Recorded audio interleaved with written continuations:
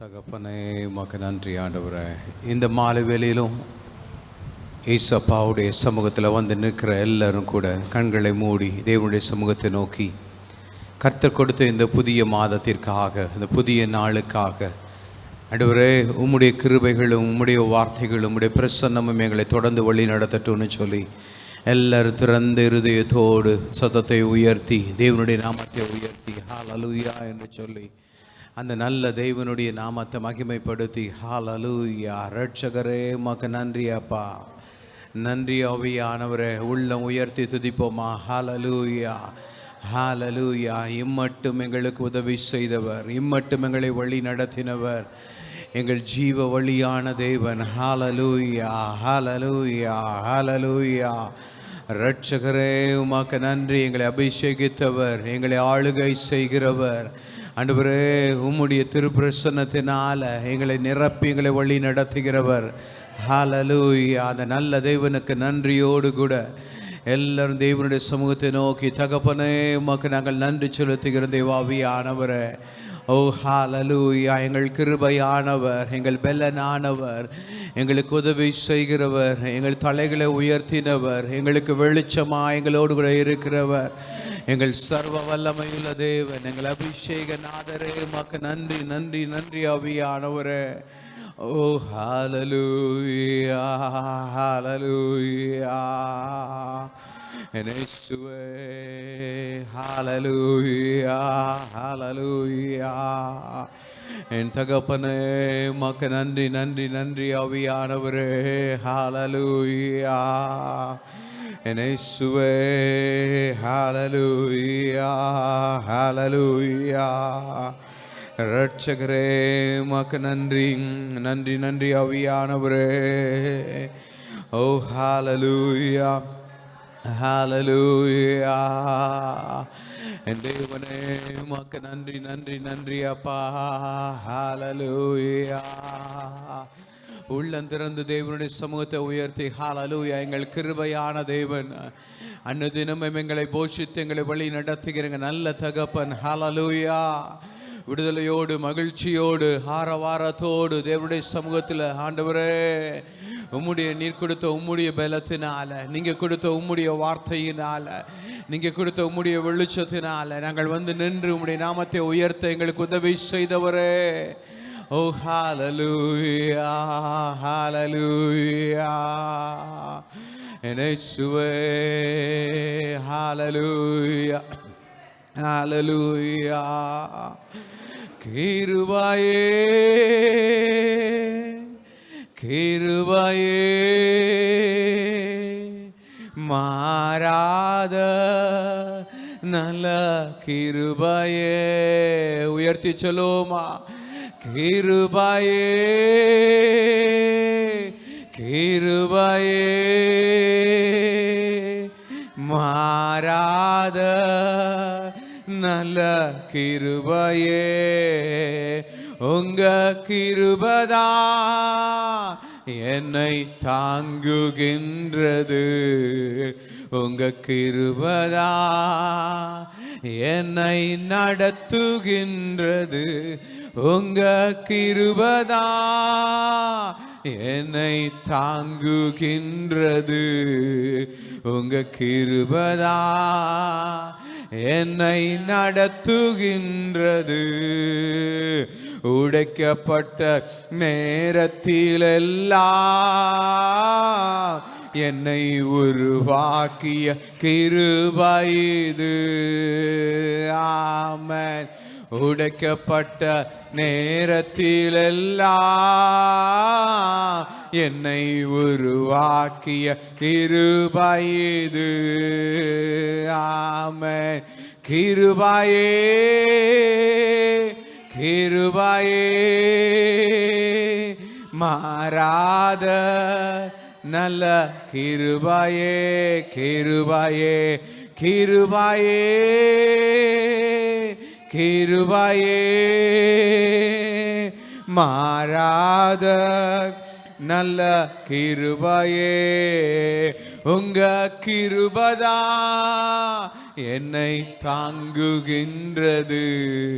உங்க கிருபதா எங்களை நடத்துகின்றது. உங்க கிருபதா என்னை தாங்குகின்றது.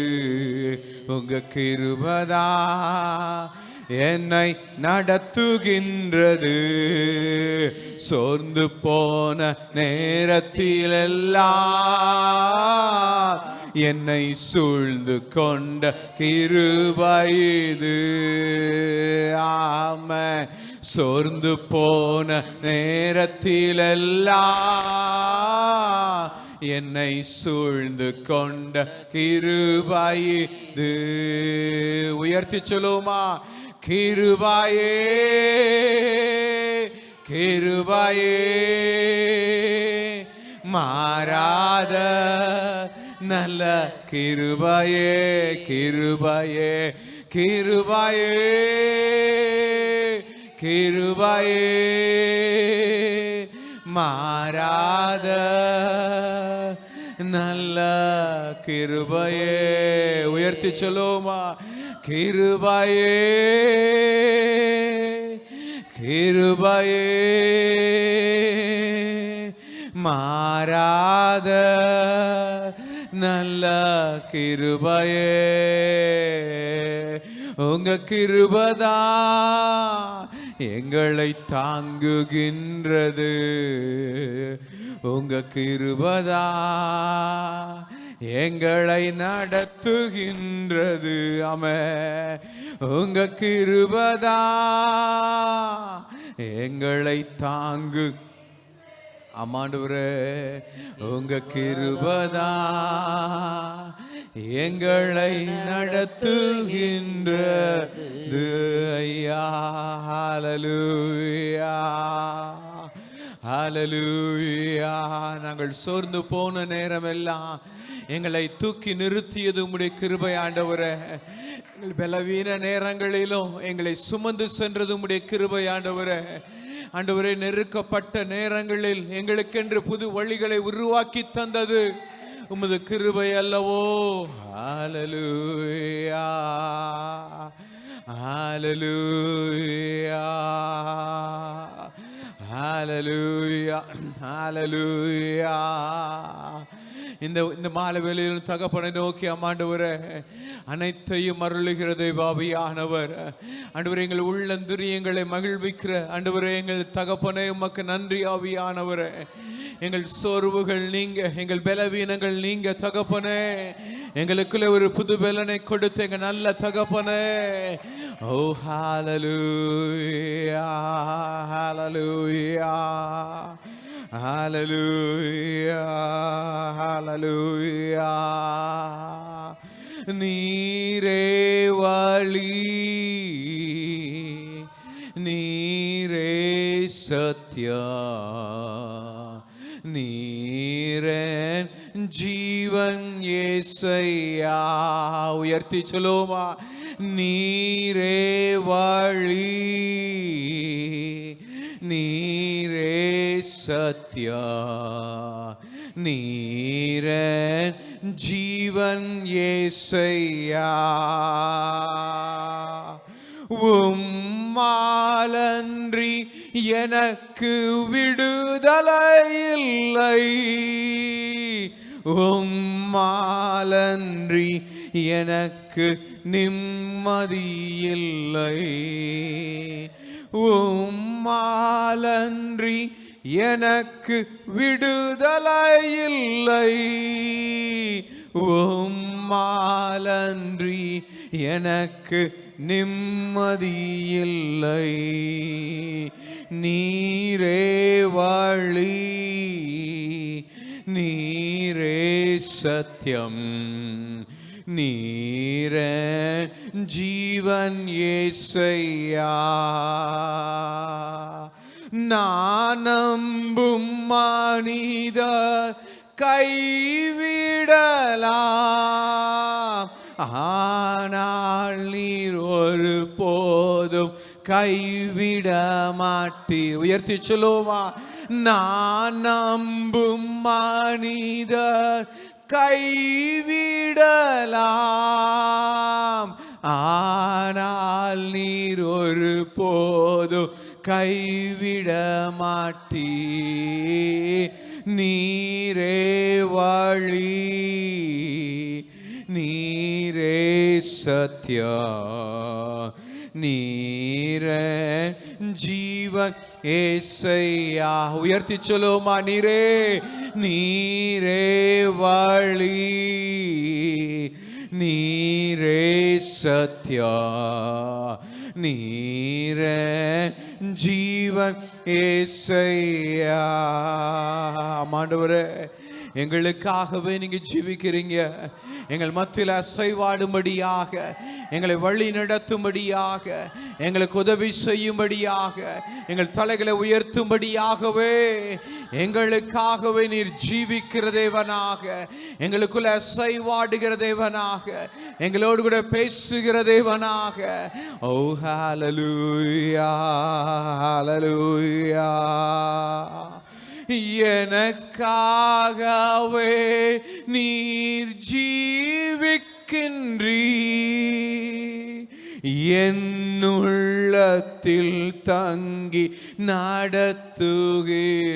சொல்லுமா, எனக்காகவே நீர் ஜீவிக்கின்றீர்,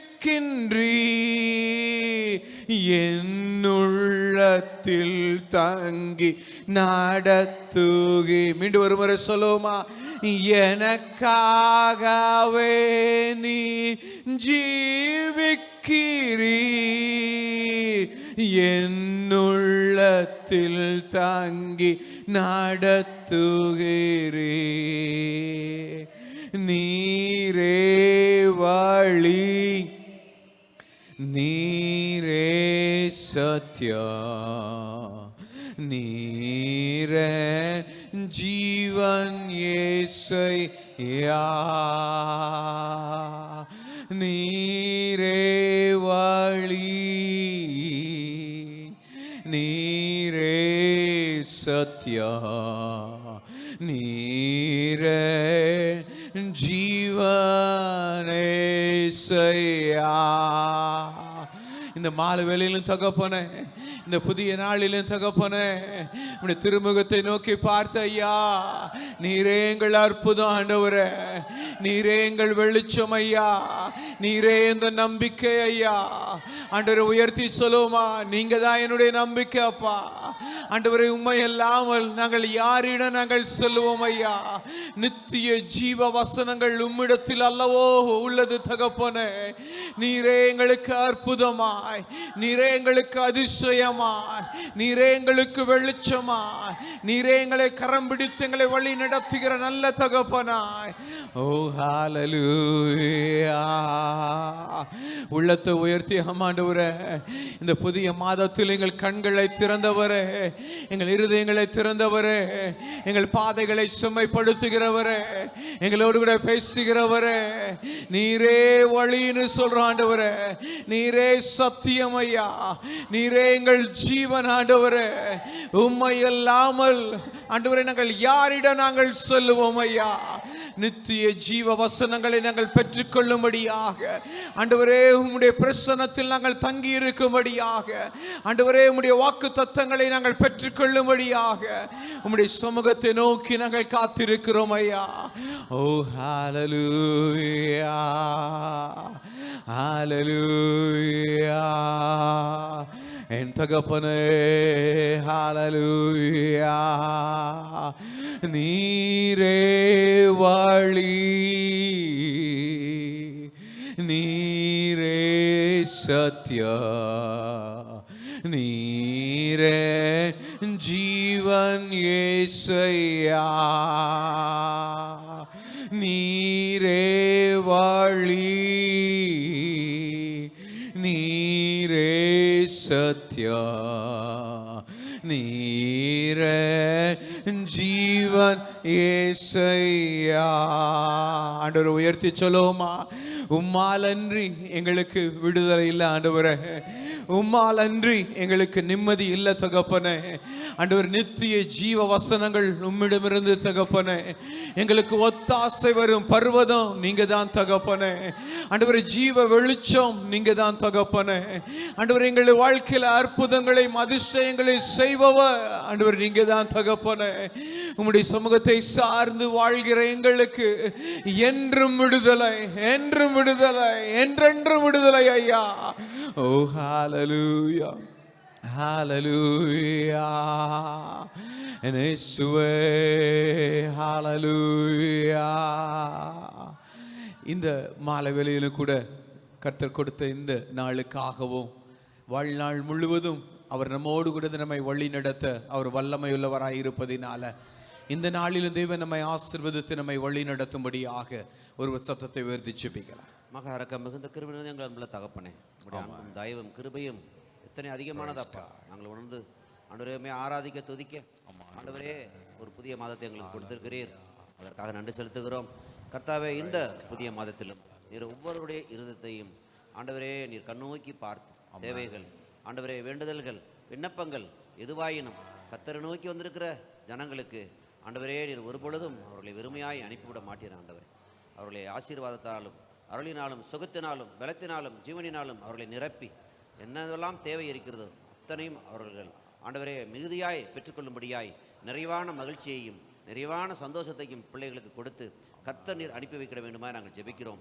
கர்த்தாவே, கடந்த மாதம் முழுவதும் எங்களை கண்மணி போல காத்தீர் ஆண்டவரே.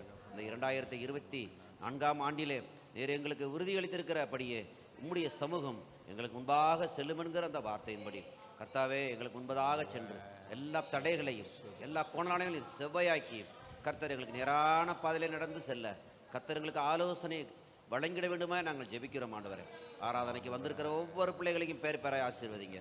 அந்த குடும்பங்களை நீர் ஆசீர்வதிங்க. ஆண்டவர், ஆராதனைக்கு வர தடைப்பட்டிருக்கிற பிள்ளைகளையும் ஆண்டவரே சீக்கிரமாய் ஆண்டவரே கொண்டு வந்து சேருங்க.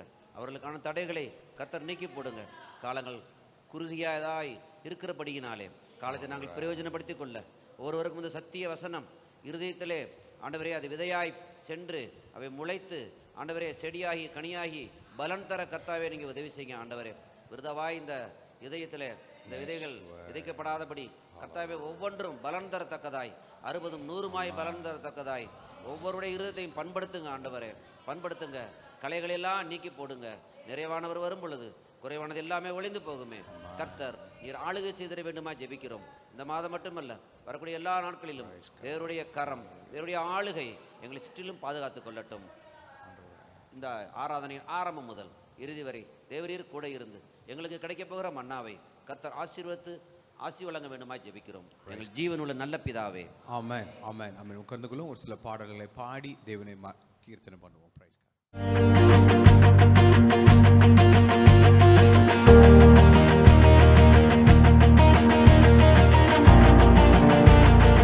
துதித்து பாடிட அவர் பாத்திரர். அவரை நாம் துதிப்போம். துதித்து பாடிட பாத்திரமே துங்கவன் இயேசுவின் நாமமதே. துதித்து பாடிட பாத்திரமே துங்கவன் இயேசுவின் நாமமதே. துதிகளின் மத்தியில் வாசம் செய்யும் தூயனை நேயமாய் ஸ்தோத்தரிப்போமே. ஆஹா, அற்புதமே அவர் நடத்துதலே. ஆனந்தமே பரமானந்தமே நன்றியால் உள்ளமே மிக பொங்கிடுதே. நாம் அல்லேலூயா துதி சாற்றிடுவோம். நன்றியால் உள்ளமே மிக பொங்கிடுதே. நாம் அல்லேலூயா துதி சாற்றிடுவோம். கடந்த நாட்களில் கண்மணி போ கருத்துடன் நம்மை காத்தாரே. கடந்த நாட்களில் கண்மணி போ கருத்துடன் நம்மை காத்தாரே. கர்த்தரையே நம்பி ஜீவித்திட கிருபையும் ஈந்ததால் ஸ்தோத்தரிப்போமே. ஆஹா அற்புதமே அவர் நடத்துதலே, ஆனந்தமே பரமானந்தமே, நன்றியால் உள்ளமே மிக பொங்கிடுதே நாம். அல்லேலூயா துதி சாற்றிடுவோம், நன்றியால் உள்ளமே மிக பொங்கிடுதே நாம். அல்லேலூயா துதி சாற்றிடுவோம். அக்கினி ஊடாய் நடந்தாலும் அழியின் தண்ணீரை கடந்தாலும், அக்கினி ஊடாய் நடந்தாலும் அழியின் தண்ணீரை கடந்தாலும், சோதனையோ மிக பெருகினாலும் ஜெயம் நமக்கீந்ததால் ஸ்தோத்தரிப்போமே. ஆஹா அற்புதமே அவர் நடத்துதலே, ஆனந்தமே பரமானந்தமே, நன்றியால் உள்ளமே மிக பொங்கிடுதே நாம். அல்லேலூயா துதி சாற்றிடுவோம், நன்றியால் உள்ளமே மிக பொங்கிடுதே நாம். அல்லேலூயா துதி சாற்றிடுவோம். இந்தவனாந்திர யாத்திரையில் இன்பராம் இயேசு நம்மோடிருப்பார். இந்தவனாந்திர யாத்திரையில் இன்பராம் இயேசு நம்மோடிருப்பார். போகையிலும் நாம் வருகையிலும் புகலிடமானதால் ஸ்தோத்தரிப்போமே. ஆக அற்புதமே அவர் நடத்துதலே, ஆனந்தமே பரமானந்தமே, நன்றியால் உள்ளமே மிக பொங்கிடுதே நாம். அல்லேலூயா துதி சாற்றிடுவோம், நன்றியால் உள்ளமே மிக பொங்கிடுதே நாம். அல்லேலூயா துதி சாற்றிடுவோம். அல்லேலூயா அவர் நல்லவர், நம்மை ஒருபோதும் கைவிடாதவர், நம்மை விட்டு விலகாதவர். அவரை ஒன்று சேர்ந்து நாம் ஒரு மனமாய் துதிப்போம். நம் இயேசு நல்லவர், ஒருபோதும் கைவிடார், ஒரு நாளும் விலகிடார். நம் இயேசு நல்லவர், ஒருபோதும் கைவிடார், ஒரு நாளும் விலகிடார். ஒன்று சேர்ந்து நாம் துதிப்போம், சாத்தானை மீதிப்போம், இயேசுவை உயர்த்திடுவோம். ஒன்று சேர்ந்து நாம் துதிப்போம், சாத்தானை மீதிப்போம், இயேசுவை உயர்த்திடுவோம்.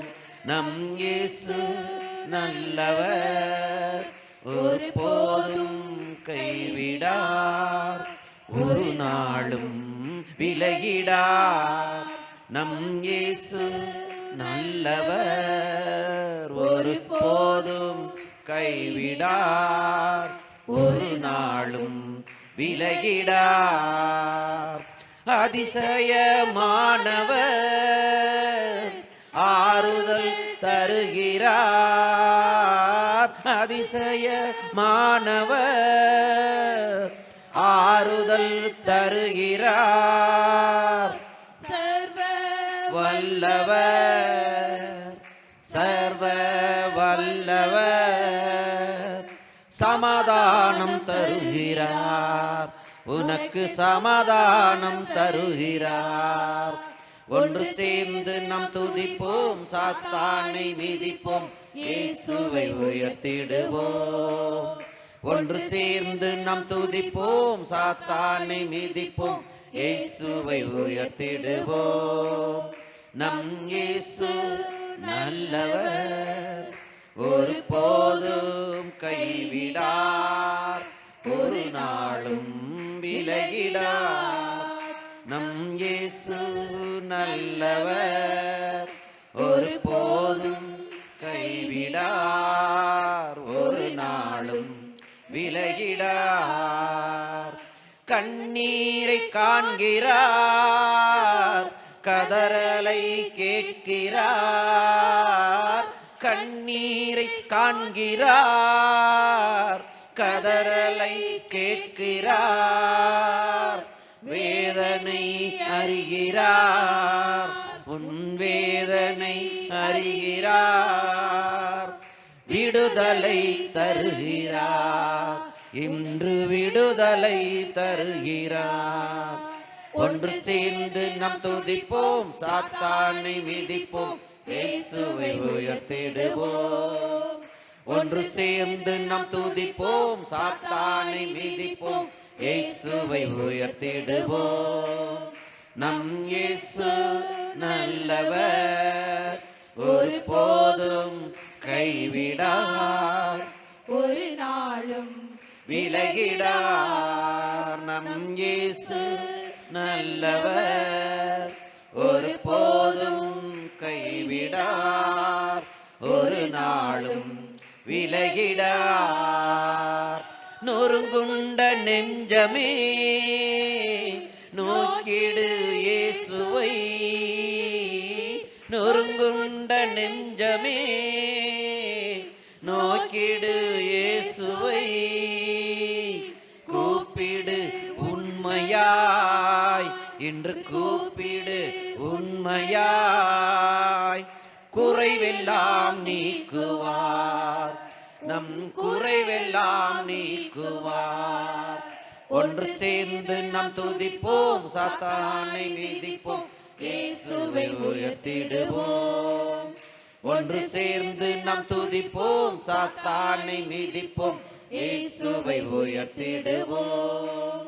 நம் இயேசு நல்லவர், ஒரு போதும் கைவிடார், ஒரு நாளும் விலகிடார். நம் இயேசு நல்லவர், ஒரு போதும் கைவிடார், ஒரு நாளும் விலகிடார்.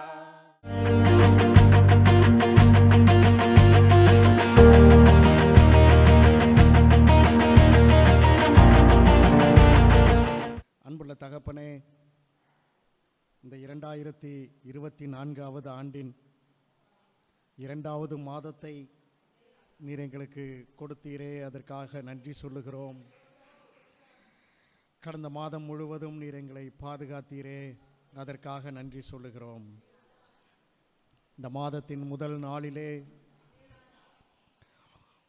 உம்முடைய சமூகத்திலே வந்திருக்கிறோம், உம்முடைய ஆலயத்திலே நாங்கள் சேர்ந்து வந்திருக்கிறோம். ஆண்டவரே,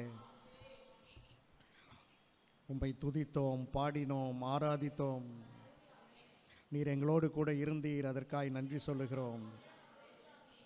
இப்போதும் கூட கர்த்தாவே, உம்முடைய பிரமாணங்களை நீர் எங்களுக்கு போதிக்கும்படியாய் ஜெபிக்கிறோம். ஆண்டவரே கர்த்தாவே, உம்முடைய பிரமாணங்கள் எங்களுக்கு போதிக்கப்படட்டும். ஆண்டவரே,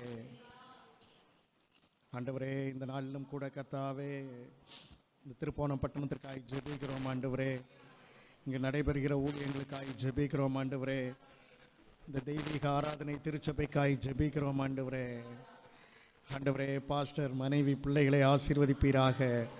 திருச்சபையின் ஒவ்வொரு அங்கத்தினர்களையும் ஆசீர்வதிப்பீராக. ஆண்டவரே கர்த்தாவே, இந்த இடத்திலே செய்யப்படும் ஊழியங்கள் உம்முடைய சமூகத்தில் பிரீதியாக இருக்கிறபடியால் நன்றி சொல்லுகிறோம். ஆண்டவரே கர்த்தாவே, இன்று கூட நீர் எங்களோடு பேசும்படியாய் ஜெபிக்கிறோம்.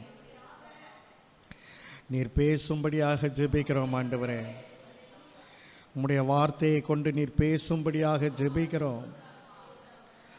உம்முடைய வார்த்தையினாலே நீர் எங்களோடு இடைப்பட வேண்டுமாய் ஜெபிக்கிறோம். ஆண்டவரே கர்த்தாவே, எங்கள் ஒவ்வொருவரோடும் நீர் இடைப்பட வேண்டுமாய் ஜெபிக்கிறோம். ஆண்டவரே, நாங்கள் வெறுமையாக திரும்பக்கூடாது. உம்மை பெற்றுக்கொண்டவர்களாக, உம்முடைய வார்த்தையை பெற்றுக்கொண்டவர்களாக, இன்னும் இடத்தில் நெருங்கியவர்களாக நாங்கள் இந்த இடத்திலிருந்து செல்ல வேண்டும். ஆண்டவரே கர்த்தர் எங்களுக்கு உதவி செய்வீராக. ஆண்டவரே, எங்களை தாழ்த்தி உம்முடைய கரத்திலே கொடுக்கிறோம். தரை மட்டும் தாழ்த்துகிறோம் ஐயா. நாங்கள் அல்ல, நீரே என்று நாங்கள் சொல்லுகிறோம். ஆண்டவரே, துதி, கன, மகிமை எல்லாவற்றையும் உமக்கு செலுத்துகிறோம். மீட்பர் இயேசுவின் இன்ப நாமத்தில் ஜெபிக்கிறோம் நல்ல பிதாவே, ஆமேன்.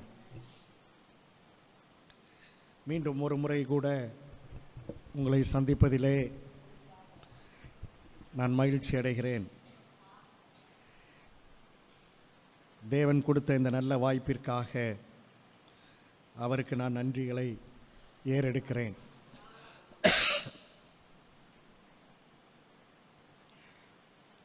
கிறிஸ்து இயேசுவுக்குள் பிறப்பவர்களாக, கிறிஸ்து இயேசுவுக்குள்ளாக வளர்பவர்களாக, கிறிஸ்து இயேசுவுக்குள்ளாக வாழ்பவர்களாக நாம் இருக்க வேண்டுமென்றால், மனிதர்களாகிய நாம் இருக்க வேண்டுமென்றால் இயேசுவை அறிய வேண்டும். இயேசுவை இன்னும் அறிய வேண்டும்.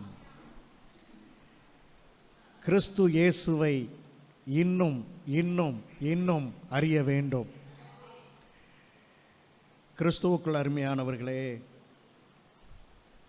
ஆகமங்கள் மூலமாக, பிரமாணங்கள் மூலமாக, தீர்க்க தரிசனங்கள் மூலமாக, நற்செய்தி நூட்கள் மூலமாக, நிருபங்கள் மூலமாக, வெளிப்படுத்தின விசேஷத்தின் மூலமாக கிறிஸ்துவை நாம் அறிய வேண்டும். இன்னும் அறிய வேண்டும். இன்னும் இன்னும் இன்னும் நாம் அறிய வேண்டும். கிறிஸ்துவே ஆகமமாக இருக்கிறார். கிறிஸ்துவே நியாயப்பிரமாணமாக இருக்கிறார். கிறிஸ்துவே தீர்க்க தரிசனமாக இருக்கிறார். கிறிஸ்துவே நற்செய்தியாக இருக்கிறார். கிறிஸ்துவே நிருபமாக இருக்கிறார். கிறிஸ்துவே வெளிப்படுத்தின விசேஷமாகவும் இருக்கிறார். கிறிஸ்துவுக்குள் அருமையானவர்களே, நமது நேசராகிய இரட்சகரை இந்த ஆகமத்திற்குள்ளே, இந்த பிரமாணத்திற்குள்ளே, இந்த தீர்க்க தரிசனத்திற்குள்ளே, இந்த நற்செய்திக்குள்ளே, இந்த நிருபத்திற்குள்ளே, இந்த வெளிப்படுத்தின விசேஷத்திற்குள்ளே தேட வேண்டும். ஆவலாய் தேட வேண்டும். நம்முடைய நேசரை வாஞ்சையோடு நாம் தேட வேண்டும். அருமையானவர்களே, கிறிஸ்துவுக்குள் அருமையானவர்களே, இந்த கிறிஸ்து இயேசுவை பற்றி 3 தலைப்புகளின் கீழ் இன்று பார்க்க போகிறோம். முதலாவதாக அவருடைய பிறப்பும் வளர்ப்பும். அவருடைய பிறப்பும் வளர்ப்பும். இரண்டாவதாக அவரது படிப்பும் வேலையும். அவரது படிப்பும் வேலையும். மூன்றாவதாக அவருடைய சுற்றமும் நட்பும். பிறப்பும் வளர்ப்பும்.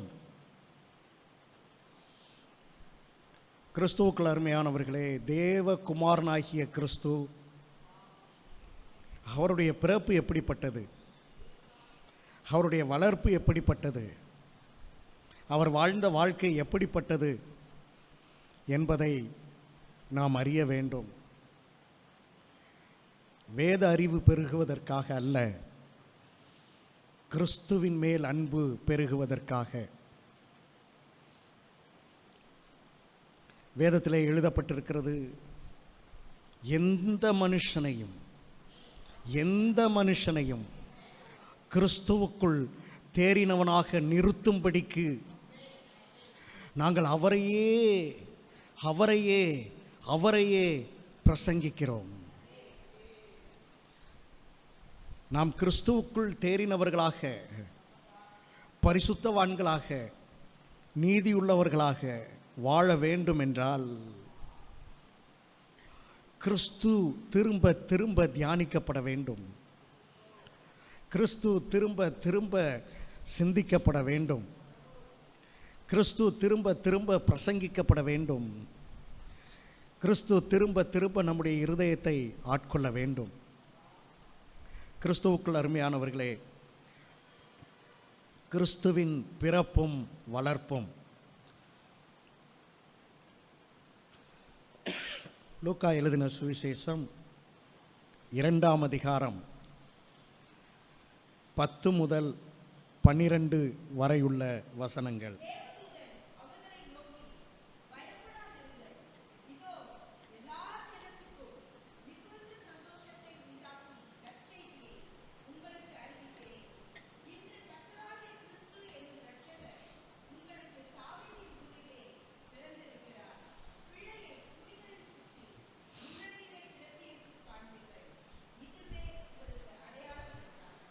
தேவகுமாரன்,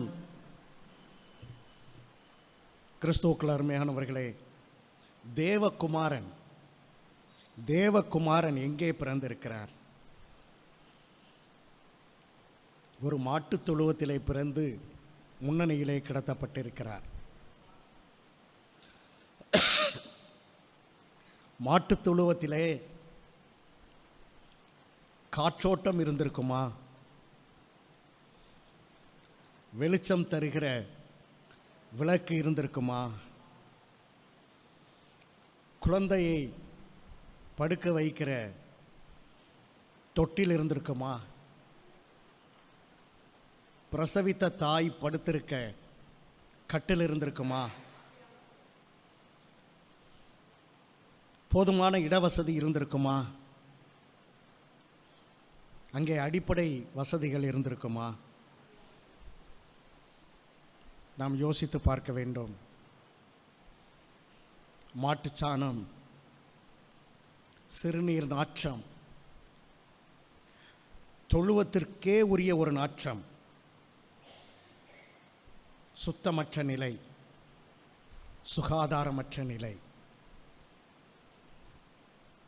இவைதான் அங்கு இருந்திருக்கும். தேவகுமாரன் இங்குதான் பிறந்தார். மாட்டுத் தொழுவத்திலே மனித உதவிகள் இல்லை.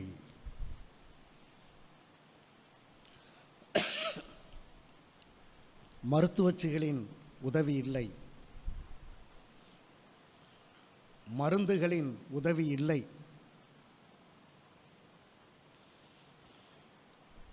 அங்கே இருவர் இருக்கிறார்கள், யோசேப்பு, மரியாள். இருவருக்கும் பதட்டம், உச்சக்கட்ட பதற்றம், படபடப்பு, மனதெல்லாம் கவலை இருந்திருக்கும். அவர்களை பொறுத்தமட்டில் இந்த மாட்டுத் தொழுவ அனுபவம் ஒரு கஷ்டமான அனுபவம். தேவகுமாரன்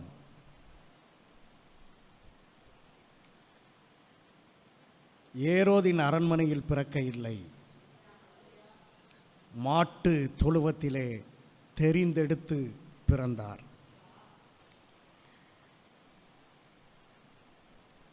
அருமையானவர்களே, இங்குதான் அவருடைய கிரயம் ஆரம்பிக்கிறது.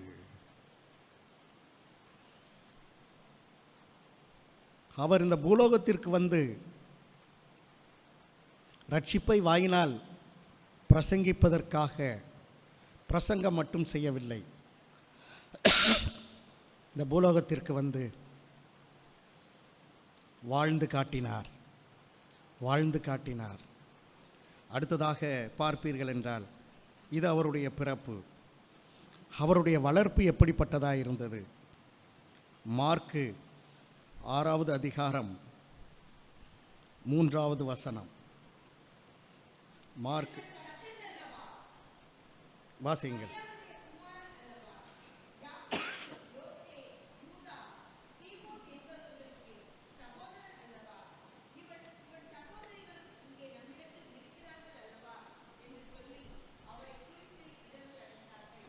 இயேசுவை குறித்து, அவருடைய வளர்ப்பை குறித்து மற்றவர்கள் சொல்வதை கேளுங்கள்.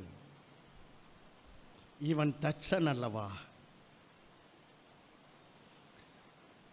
மர வேலை செய்பவர்கள், தளவாடங்கள் செய்கிற வேலையை செய்கிறவர்கள், தச்சு வேலை செய்பவர்கள் தச்சர்கள் என்று அழைக்கப்பட்டார்கள். இயேசு வளர்ந்த இடம் தச்சு தொழில் உள்ள இடம்.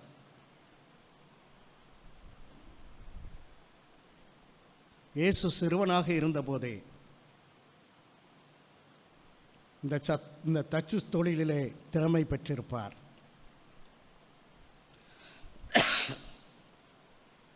கருவிகளை கூர்மைப்படுத்துதல், உளி, ரம்பம், வாள் போன்றவற்றால் மரங்களை துண்டு துண்டாக்குதல், ஹானி, திருகாணி, துளை போடுகிற கருவிகள், குறடுகள், சுத்தியல், இவற்றால் மரத்துண்டுகளை இணைத்தல், இணைத்து மர சாமான்களை உருவாக்குதல். நாற்காலியில் அமர்ந்து அல்ல, தரையில் அமர்ந்து கை கால்களை பயன்படுத்தி இந்த மர சாமான்களை செய்தல். சிறு வயதிலிருந்தே தேவகுமாரன் தேவகுமாரன் தேவகுமாரன் இப்படி செய்தார். ஆச்சரியமாயிருக்கிறது. 30 வருடம் வரை. கிறிஸ்துவுக்குள் அருமையானவர்களே, நாற்காலி செய்திருப்பார், மேஜை செய்திருப்பார், அலமாரி செய்திருப்பார், ஜன்னல் செய்திருப்பார், கதவு செய்திருப்பார், படிக்கட்டுகள் செய்திருப்பார், கட்டடத்தின் மேற்கூரை செய்திருப்பார், கலை நயமிக்க பொருட்கள் செய்திருப்பார், பழுதுபட்ட தளவாடங்களை சரி செய்திருப்பார். திரும்பவும் கேள்வி வருகிறது, காற்றோட்டம் இருந்ததா? வெளிச்சம் இருந்ததா? பணி செய்வதற்கான சூழல் அங்கே இருந்ததா? கடுமையாக அவர் தன்னுடைய உடலை வருத்த வேண்டி இருந்ததா? அவர் உழைத்த உழைப்புக்கு தேவையான வருமானம் அவருக்கு கிடைத்ததா? மிகவும் கடினமான ஒரு அனுபவம். 30 வருட அனுபவம். அடுத்ததாக ஒரு வசனத்தை பார்ப்போம். மத்தேயு 2ஆம் அதிகாரம் 23வது வசனம்.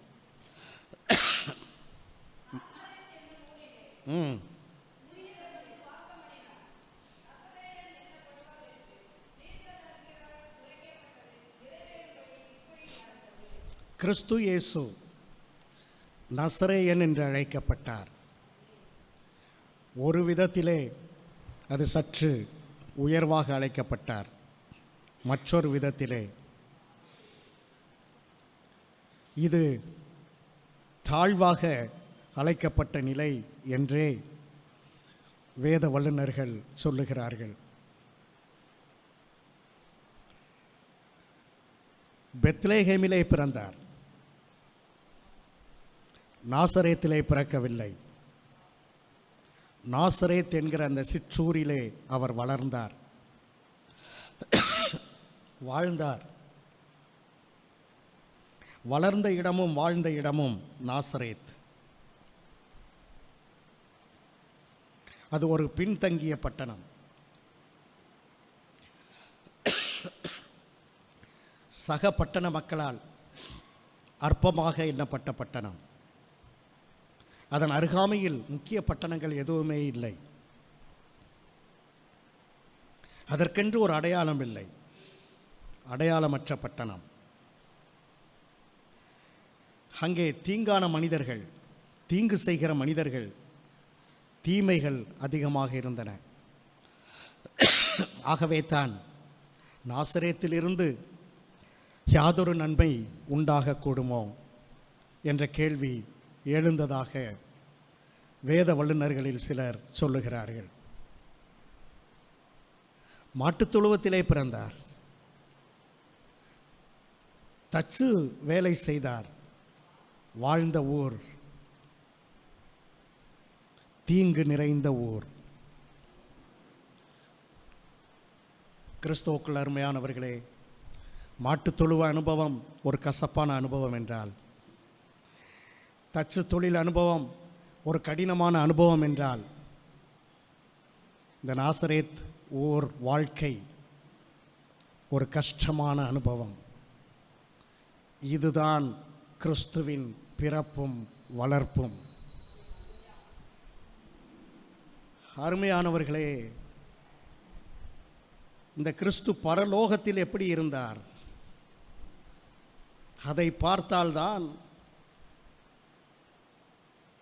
கிறிஸ்து எவ்வளவாய் தம்மை தாழ்த்தி இருக்கிறார் என்பது நமக்கு புரியும்.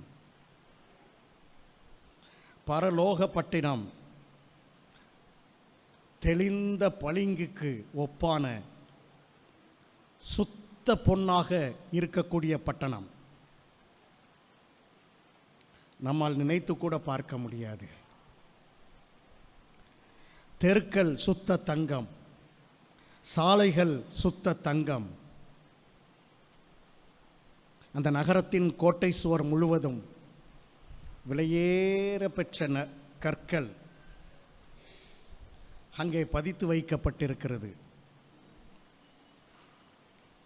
அந்த பிதாவின் வீட்டிலே அநேக வாசஸ்தலங்கள் உண்டு.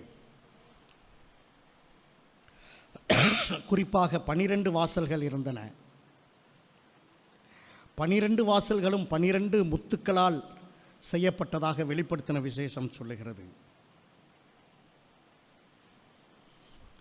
பூமியும் அதன் நிறைவும் கர்த்தருடையது, வெள்ளியும் என்னுடையது, பொன்னும் என்னுடையது.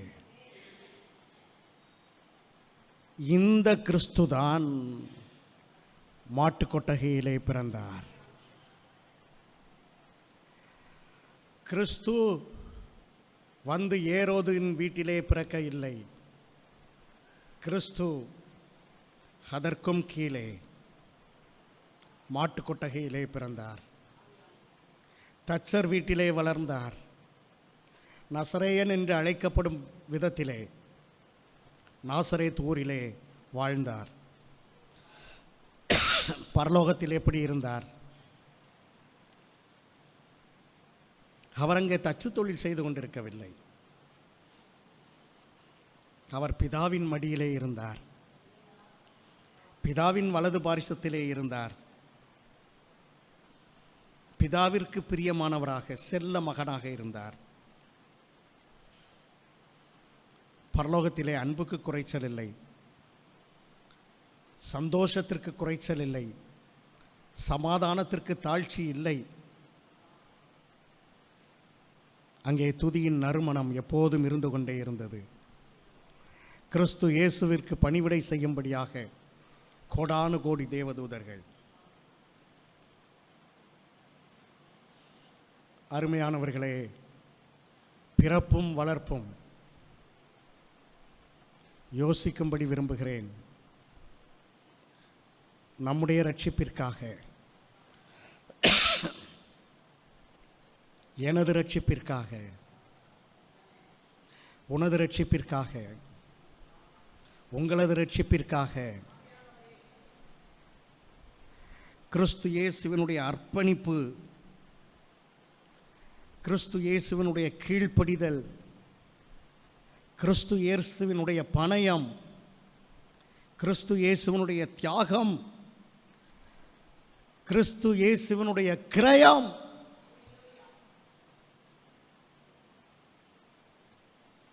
அருமையானவர்களே, கிறிஸ்து இயேசு தற்பிரியராய் வரவில்லை, பணப்பிரியராய் வரவில்லை, சுகபோக பிரியராய் வரவில்லை, அகந்தையுள்ளவராய் வரவில்லை, கீழ்ப்படியாதவராய் வர இல்லை. நாமும் இப்படி இருக்கக்கூடாது. கிறிஸ்துவிடமிருந்து இதை நாம் பெற்றுக்கொள்ள வேண்டும், கற்றுக்கொள்ள வேண்டும்.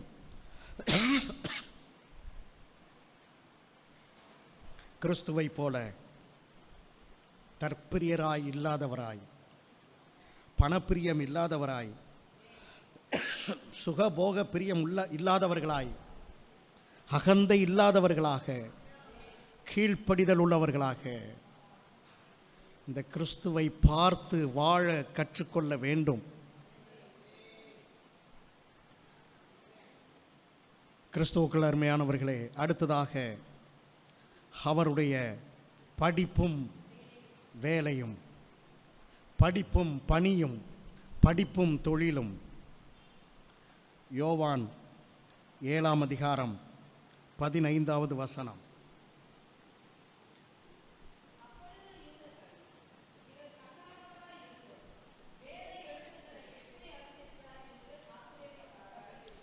இயேசுவினுடைய படிப்பு இங்கே எழுதப்பட்டிருக்கிறது. அவர் கல்லாதவர், அவர் கற்காதவர்.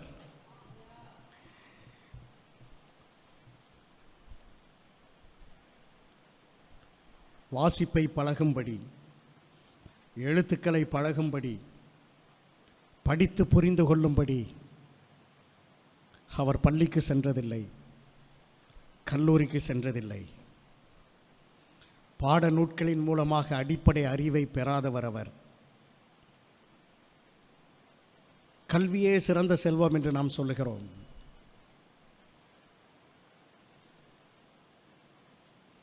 இளமையிலே கற்காதது குற்றம் என்று சொல்லுகிறோம். ஆனால் கிறிஸ்து இயேசு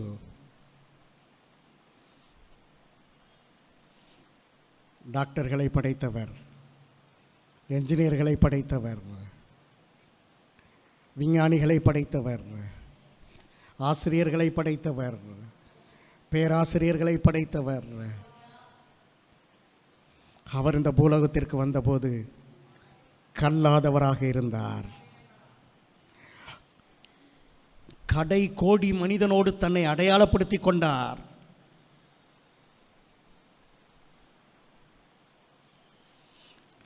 கிறிஸ்துவுக்குள் அருமையானவர்களே, இதுதான் அவரது படிப்பு. அவருடைய பணி என்ன? அவருடைய தொழில் என்ன? பிதாவை பற்றி பிரசங்கிப்பது, பிதாவை பற்றி சொல்லுவது. எங்கு சொல்வது? தேவாலயத்தில் சொல்ல வேண்டும் என்றால் தேவாலயத்தில் சொல்லுவது, கடற்கரை ஓரத்தில் சொல்ல வேண்டும் என்றால் கடற்கரை ஓரத்தில் சொல்லுவது, தெருவிலே சொல்ல வேண்டுமென்றால் தெருவிலே போய் சொல்லுவது, வீடுகளிலே போய் சொல்ல வேண்டுமென்றால் வீடுகளிலே போய் சொல்லுவது. அந்த பிரசங்கத்தை உறுதிப்படுத்தும் விதமாக நோய்களை குணமாக்குவது, பேய்களை விரட்டுவது, மரித்தவர்களை உயிரோடு எழுப்புவது. இதுதான் அவருடைய பணி, இதுதான் அவருடைய வேலை. அருமையானவர்களே, ஓரிடத்திலிருந்து மற்றொரு இடத்திற்கு அவர் சென்று கொண்டே இருந்தார், பிரயாணப்பட்டு கொண்டே இருந்தார், வெளியூர் பயணம் செய்து கொண்டே இருந்தார். அருமையானவர்களே, நடந்தே ஊழியம் செய்தார். வாகனம் இல்லை, சைக்கிள் இல்லை, மோட்டார் சைக்கிள் இல்லை, கார் இல்லை, நடந்தே ஊழியம் செய்தார். எத்தனை தூரம் நடந்திருப்பார் தெரியவில்லை, எத்தனை வேகமாய் நடந்திருப்பார் தெரியவில்லை. அந்த தட்பவெப்ப நிலையை தாங்கும் வண்ணம் அவருக்கு உடைகள் இருந்ததா தெரியவில்லை, சாலைகள் சரியாக இருந்ததா தெரியவில்லை, மேடுகள் எப்படி இருந்தது, பள்ளங்கள் எப்படி இருந்தது, சமவெளிகள் எப்படி இருந்தது தெரியவில்லை. ஆனால் தேவகுமாரன் நடந்தே நடந்தே நடந்தே ஊழியம் செய்தார். கிறிஸ்துவுக்குள் அருமையானவர்களே, அவருடைய வேலை எப்படி தான் இருந்தது? யோவான் 4ஆம் அதிகாரம் 6வது வசனம் முதல் 8வது வசனம் வரை.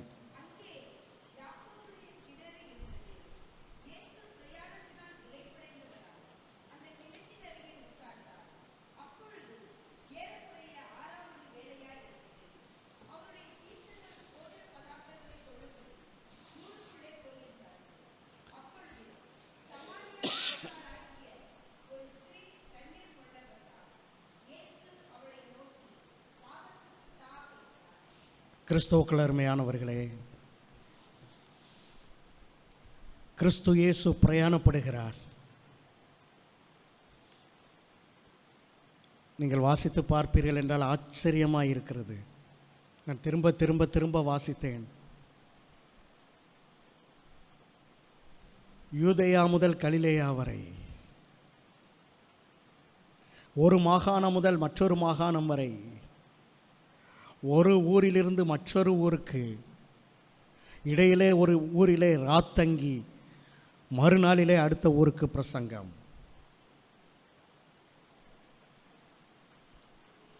அவர் அசதியடைந்தார், இளைப்படைந்தார், களைப்படைந்தார், தாகமடைந்தார். பயணத்தை தொடர முடியவில்லை. அங்கே போய் அமருகிறார். நமது உடலிலே திரவம் இருக்க வேண்டும். அந்த திரவ சமநிலையை இந்த தாக உணர்வு தான் நமக்கு வெளிப்படுத்தும். அவர் கையிலே வாட்டர் பாட்டில் இல்லை.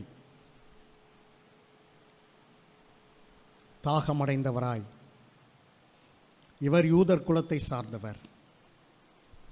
அங்கே இருக்கக்கூடிய பெண் சமாரிய ஸ்திரீ.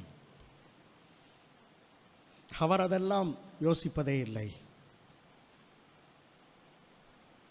ஒரு பெண்ணிடத்தில் போய் தாகத்திற்கு தா.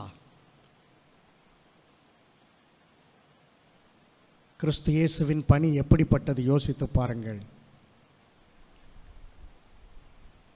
ரட்சிப்பு என்றால் கல்வாரி சிலுவை மாத்திரம், அதிலிருந்த கஷ்டம் மாத்திரம்தான் காரணமா? இல்லை. கிறிஸ்து இயேசுவின் வாழ்க்கையின் ஆரம்பம் முதல் மரணம் வரை அவர் பட்ட பாடுகள் அதிகம் அதிகம் அதிகம். மற்றொரு இடத்திலே இப்படி எழுதப்பட்டிருக்கிறது. மத்தேயு 21 18ஆம் அதிகாரம் 18வது வசனம் 19வது வசனம்.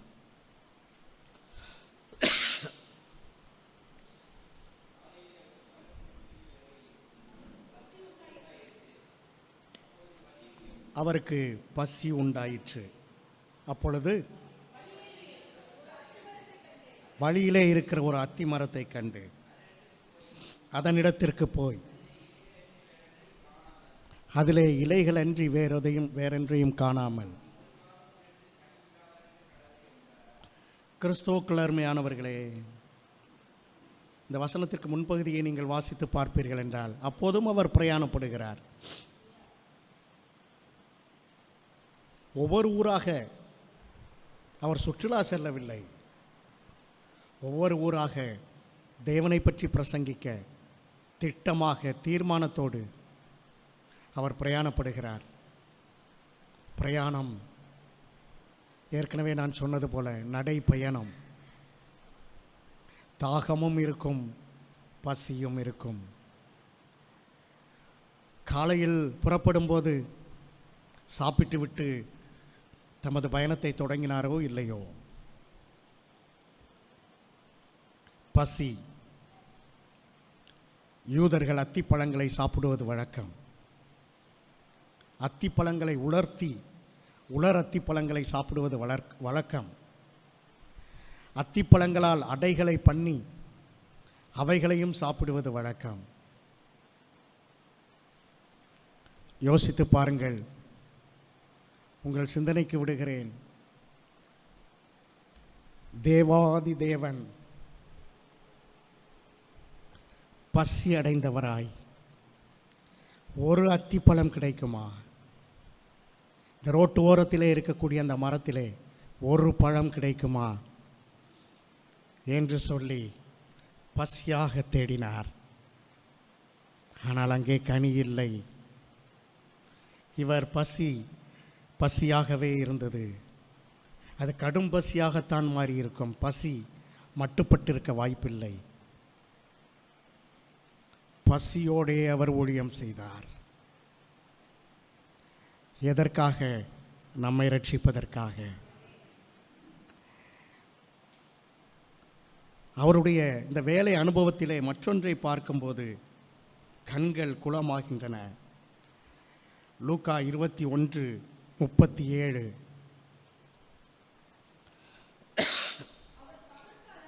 அவர் பகற்காலங்களில் தேவாலயத்திலே உபதேசம் பண்ணி கொண்டிருந்து ராக்காலங்களிலே வெளியே போய்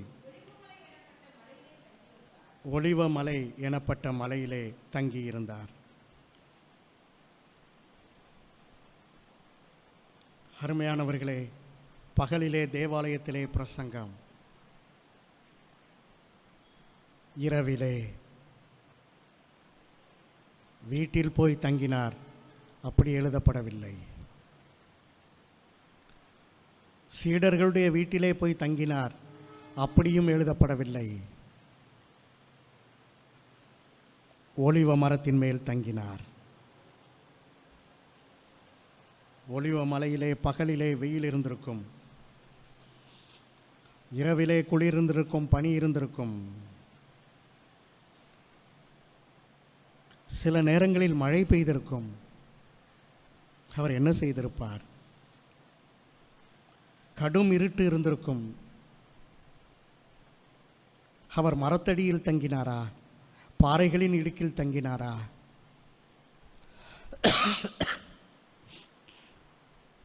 தெரியவில்லை.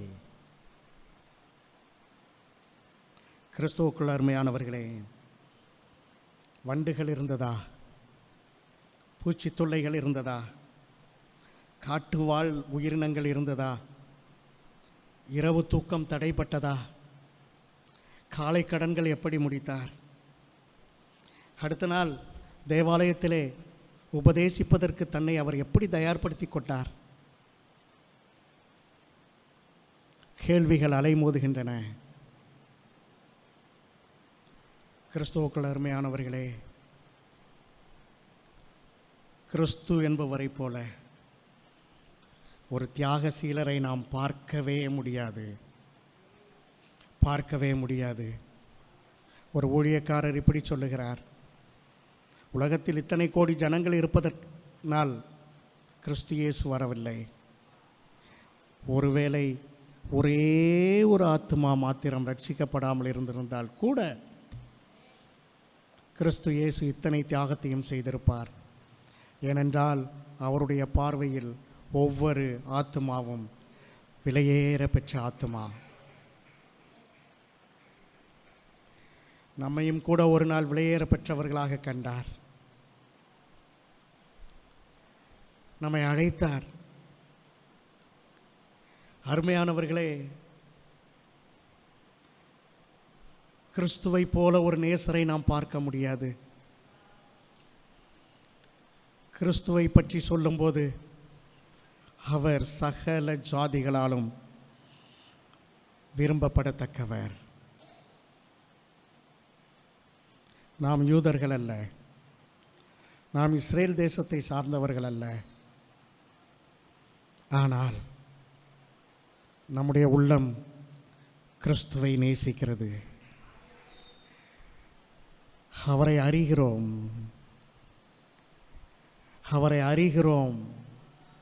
இன்னும் வாஞ்சையாய் அறிகிறோம்.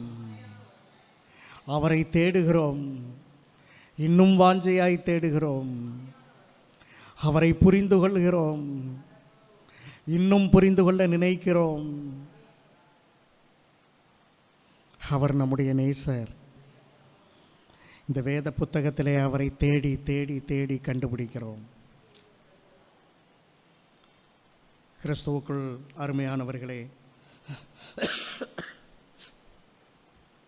கல்லாதவராகிய இந்த இயேசு, இவரை பற்றி வேதம் சொல்லுகிறது, இவரே ஞானத்தின் ஊற்று. வானம், பூமி, சூரியன், சந்திரன் உள்ளிட்ட எல்லாவற்றையும் அவரே படைத்தார். பிரம்மாண்டமானவைகள், சூரியன், சந்திரன், கோள்கள், அவற்றின் இயக்கம் பால்வெளி மண்டலம் நம்முடைய மனித மூளைக்கு எட்டாது. அதையும் அவர்தான் படைத்தார். அணு நியூக்ளியஸ் என்ற அளவிலே இன்று நானோ பொருட்கள் இவை இருக்கின்றன. மிக நுண்ணிய பொருட்கள், பிரம்மாண்டமான பொருட்கள் அவை, நுண்ணிய பொருட்கள் இவை. இரண்டையும் அவர்தான் படைத்தார். ஞானத்தில் சிறந்தவர் அவர். இரண்டையும் நீங்கள் கூர்ந்து கவனிப்பீர்கள் என்றால் அவருடைய ஞானத்தினால் நீங்கள் திகைத்து போவீர்கள். இந்த அண்ட சராசரங்களை படித்து படித்து படித்து படித்து அதை யோசித்து யோசித்து வாழ்ந்த நாட்கள் எனக்கு உண்டு. உள்ளே தேவனுடைய ஞானத்தை பார்த்தேன், ஆச்சரியப்பட்டு போனேன். நுண்ணிய பொருட்களை இப்போது பார்க்கிறேன். நானோ பொருட்களை நான் இப்போது பார்க்கிறேன். உள்ளே பார்க்க பார்க்க பார்க்க பார்க்க தேவனுடைய ஞானம் வெளிப்பட்டு கொண்டே இருக்கிறது. அந்த பொருட்களுக்குள்ளே இருக்கிற தேவ ஞானம், அவர் எத்தனை ஞானமாக சிருஷ்டித்தார்.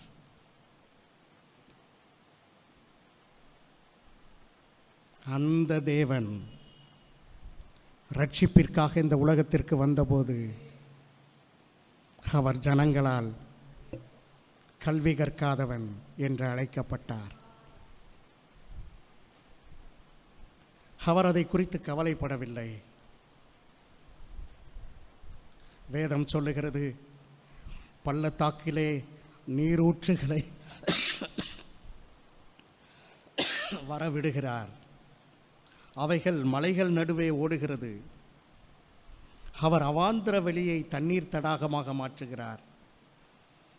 வறண்ட நிலத்தை நீரூற்றுகளாக மாற்றுகிறார். இன்னொரு இடத்திலே இப்படி எழுதியிருக்கிறது, அவர் கன்மலையை தண்ணீர் தடாகமாகவும் கற்பாறையை நீரூற்றுகளாகவும் மாற்றுகிறார். இப்படி வேதத்திலே இன்னொரு இடத்திலே இருக்கிறது.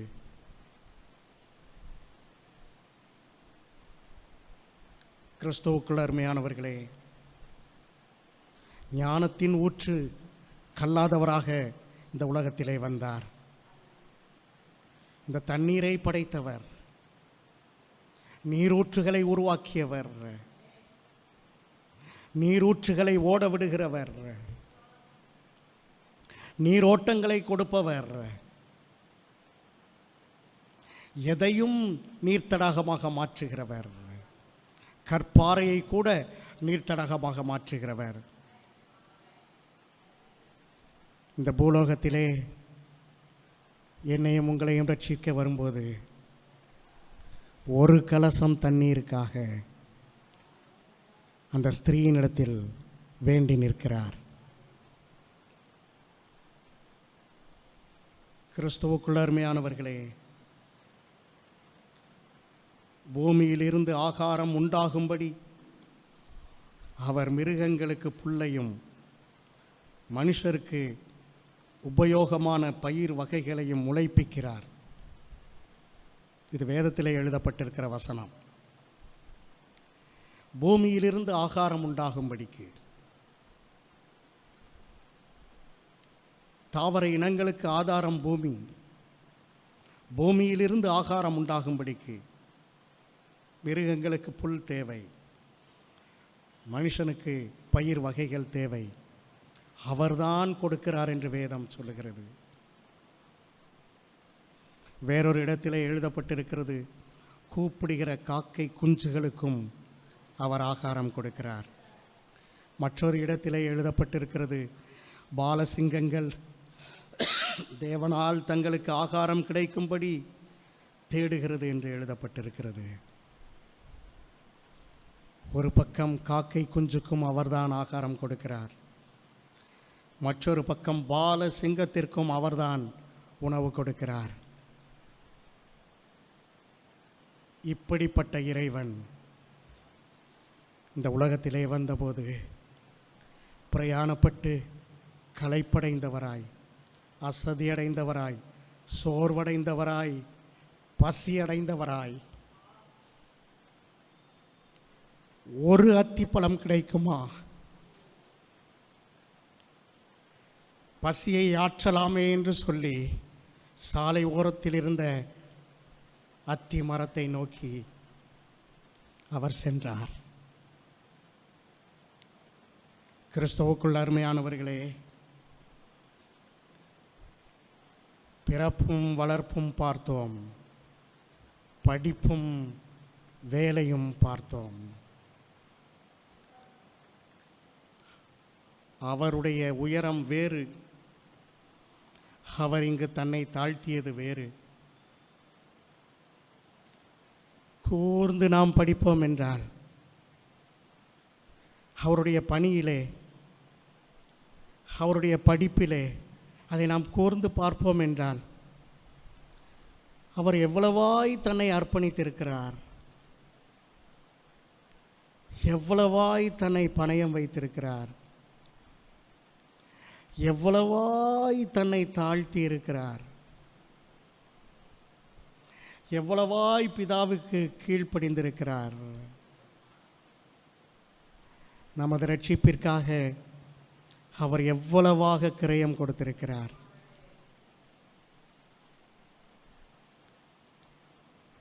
அவரை பொறுத்த மட்டில் இந்த வாழ்க்கையிலே எல்லா சகலத்தையும் சகித்தார், சகலத்தையும் தாங்கிக் கொண்டார், சகலத்தையும் பொறுத்து கொண்டார். சகலத்திலும் நமக்கு முன்மாதிரியானார். கிறிஸ்துவிடமிருந்து நாம் கற்றுக்கொள்வோம். கிறிஸ்து இயேசுவிடமிருந்து நாம் கற்றுக்கொள்வோம். நமது ரட்சிப்பிற்காக அவர் சகிக்காதது ஒன்றுமே இல்லை, அவர் தாங்கிக் கொள்ளாதது ஒன்றுமே இல்லை, அவர் தன்னை வருத்தி கொள்ளாதது ஒன்றுமே இல்லை.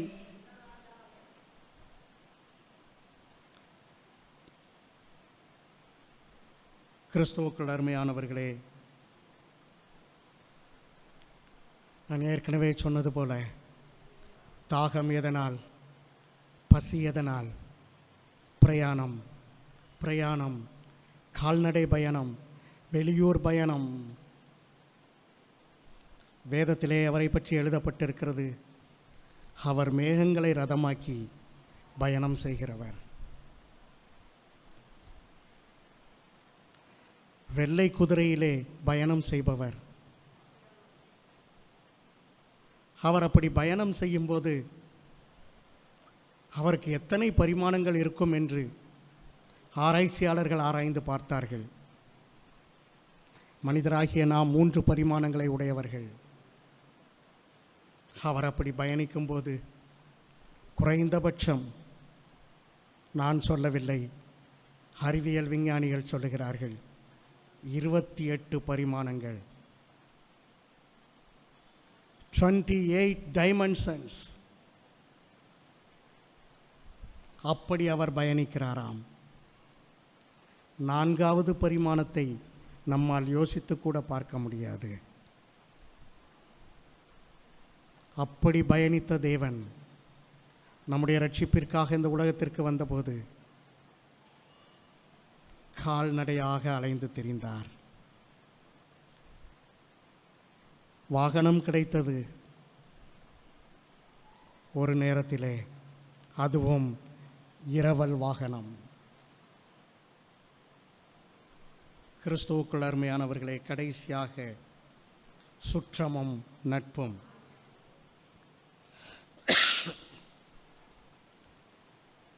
கிறிஸ்துவினுடைய பிறப்பும் வளர்ப்பும் பார்த்தோம், அவருடைய படிப்பும் வேலையும் பார்த்தோம், அவருடைய சுற்றமும் நட்பும் எப்படி இருந்தது.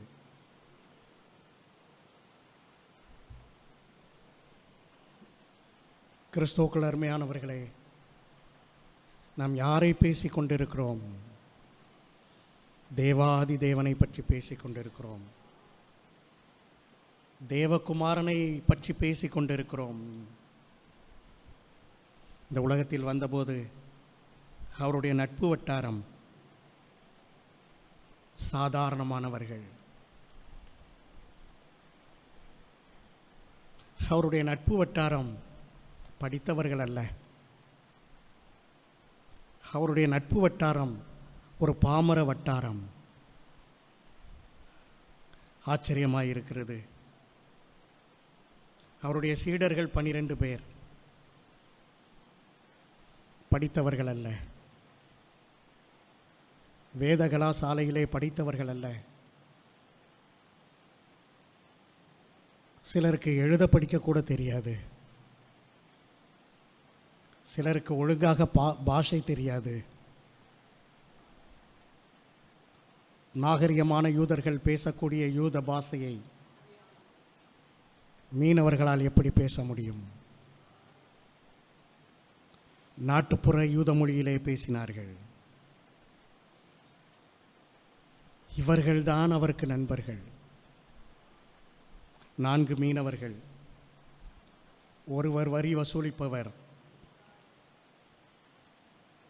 ஒரு சிலர் படித்தவர்கள். இவர்தான் அவரது நண்பர்கள். இது தவிர லாசரு குடும்பம், ஜோகன்னா என்று ஒரு பெண்மணி, மற்றொரு பெண்மணி சுசன்னா. அவருடைய நட்பு வட்டாரமே இவ்வளவுதான். சிலுவையிலே தொங்கும்போது அவருடைய சுற்றமும் நட்பும் எப்படி இருந்தது? மத்தேயு 27ஆம் அதிகாரம் 38வது வசனம்.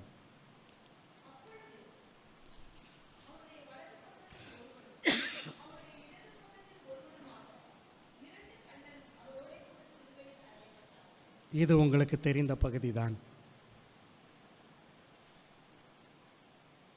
அவருடைய சுற்றம் எப்படி இருக்கிறது? வலது பக்கத்திலே ஒருவன், இடது பக்கத்திலே ஒருவன். வலது பக்கத்திலே ஒரு நீதிமான், இடது பக்கத்திலே ஒரு நீதிமான் இல்லை. வலது பக்கத்திலே ஒரு கள்ளன், இடது பக்கத்திலே ஒரு கள்ளன். வேதம் சொல்லுகிறது, அக்கிரமக்காரரில் ஒருவராக அவர் எண்ணப்பட்டார். பரிசுத்தர், பரிசுத்தர், பரிசுத்தர், பரிசுத்தர், பரிசுத்தர், பரிசுத்தர், பரிசுத்தர், பரிசுத்தர், பரிசுத்தர், பரிசுத்தர் என்று ஓயாமல் ஓயாமல் ஓயாமல் போற்றப்பட தக்கவர், போற்றப்பட கூடியவர், இந்த பரலோகத்தின் அனுபவத்தை பெற்றவர். கிறிஸ்துவுக்குள் அருமையானவர்களே, எனது ரட்சிப்பிற்காக, உனது ரட்சிப்பிற்காக, நமது ரட்சிப்பிற்காக நாம் பிறப்பதற்கு முன்பே, நாம் கருவில் உருவாவதற்கு முன்பே அவர் அக்கிரமக்காரரில் ஒருவர் என்று எண்ணப்பட்டார். அங்கே வேறு என்ன சுற்றம் இருந்தது? தூரத்திலே போர் சேவகர்கள் ஏளனம் செய்கிறார்கள், துன்பப்படுத்துகிறார்கள். அங்கே சில நட்பு வட்டாரங்கள் சுற்றமாக இருக்கின்றன. தாய், சில சீடர்கள். ஆனால் அவர்களால் உதவி செய்ய இயலவில்லை. இதுதான் சுற்றமும் நட்பும். அவருடைய பிறப்பும் வளர்ப்பும், அவருடைய படிப்பும் வேலையும், அவருடைய சுற்றமும் நட்பும். திரும்பவும் யோசித்து பாருங்கள். இயேசுவின் அர்ப்பணிப்பு, இயேசுவின் தாழ்மை, இயேசுவின் கீழ்ப்படிதல், இயேசுவின் பணயம், இயேசுவின் கிரயம். கிறிஸ்துவுக்குள் அருமையானவர்களே, கிறிஸ்து இயேசு இந்த உலகத்திற்கு வந்தபோது ரட்சிப்பை பிரசங்கிக்க வரவில்லை. வாயினால் பிரசங்கித்து அவர் செல்லவில்லை. வாழ்ந்தார், வாழ்ந்தார். கிறிஸ்து இயேசு வாழ்ந்து காட்டினார். நம்முடைய இரட்சகர் எப்படிப்பட்டவர்? அடிபட்ட மக்களோடு, அடிமட்ட மக்களோடு, அடித்தள மக்களோடு, அந்த மக்களுடைய பாதையிலே பயணித்தவர் அவர். நம்முடைய இரட்சகர் இப்படிப்பட்டவர். அமுக்கப்பட்டிருக்கிற, ஒதுக்கப்பட்டிருக்கிற, ஒடுக்கப்பட்டிருக்கிற மக்களின் பாதையிலே பயணித்தவர். கலங்கி நிற்கிற, கண்ணீர் விடுகிற, கஷ்டப்படுகிற மக்களுடைய பாதைகளிலே பயணித்தவர் அவர். வாழ வாய்ப்புகள் இல்லாத தச்சர் குடும்பம், வாழ வசதிகள் இல்லாத, வாழ்வதற்கு இனி பெரிய வாய்ப்புகள் இல்லாத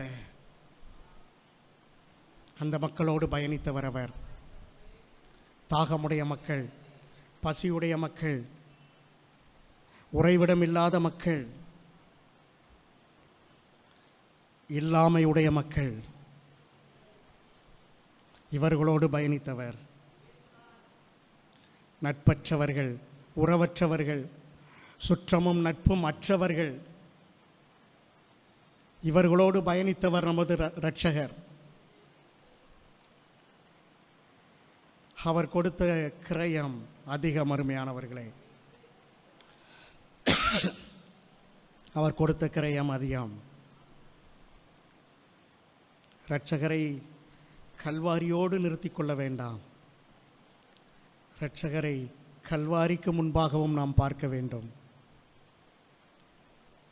அவர் கொடுத்த கிரயங்களையும் அங்கே பார்க்க வேண்டும். அவர் தேவகுமாரன் என்று ஒரு முறை கூட நெஞ்சை உயர்த்தியதில்லை.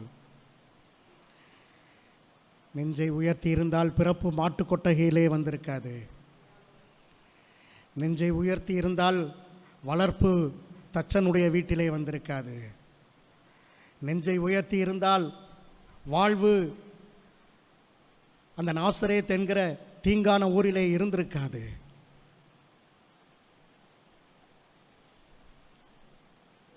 அருமையானவர்களே, நெஞ்சை உயர்த்தி இருந்தால் அவர் ஆகச் சிறந்த வேத கலாசாலையிலே பயின்றிருப்பார். நெஞ்சை உயர்த்தி இருந்தார், அவருடைய பயணம் வேறு மாதிரி இருந்திருக்கும். நெஞ்சை உயர்த்தி இருந்தால் ஜீவ தண்ணீராகிய அவர் தாகத்திற்கு தா என்று கேட்டிருக்க மாட்டார். நெஞ்சை உயர்த்தி இருந்தால் ஜீவ அப்பமாகிய அவர் ஒரு அத்திப்பழத்திற்காக அலைந்து திரிந்திருக்க மாட்டார்.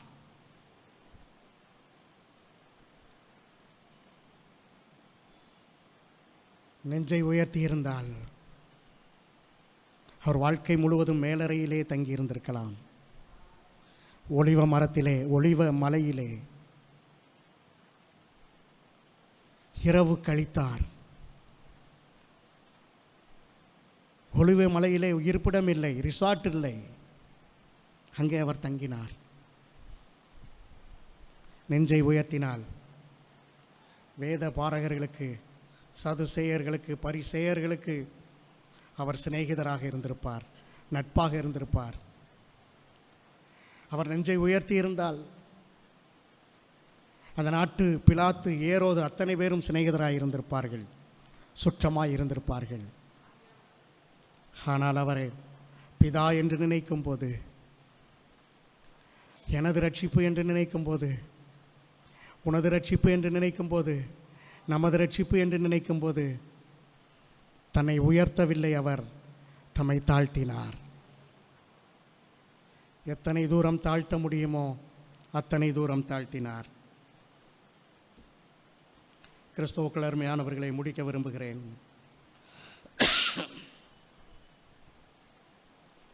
மாட்டுத் தொழுவத்தில் பிறந்தவர்தான்,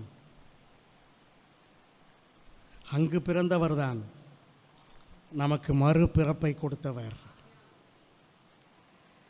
தச்சன் மகன் என்று அழைக்கப்பட்டவர்தான்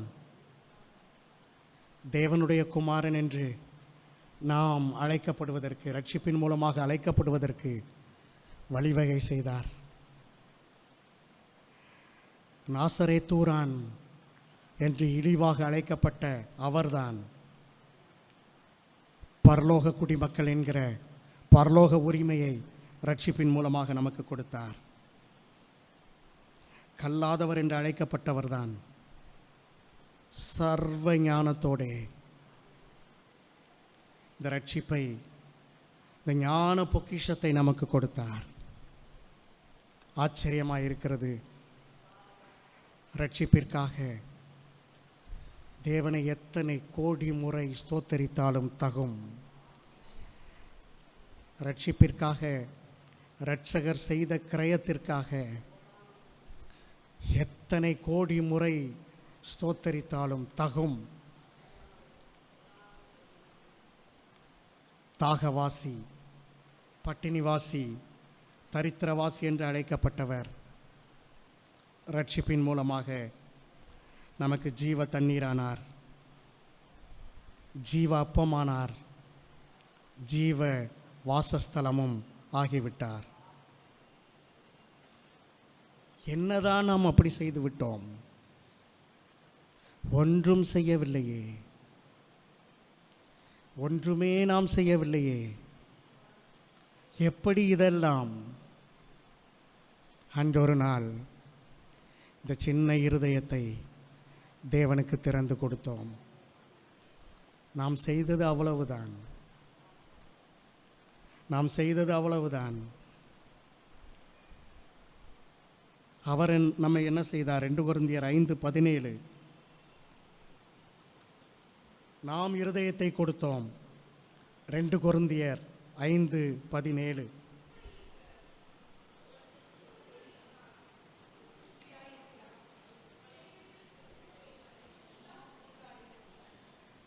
ஒரு சின்ன இருதயத்தை நாம் கொடுத்தோம். அவர் நம்மை எடுத்து தமக்குள்ளே வைத்து கொண்டார். கிறிஸ்துவுக்குள் நம்மை வைத்து கொண்டார். கிறிஸ்துவுக்குள் நம்மை வைத்து கொண்டார். புதிய உடன்படிக்கைக்குள் நம்மை வைத்து கொண்டார்.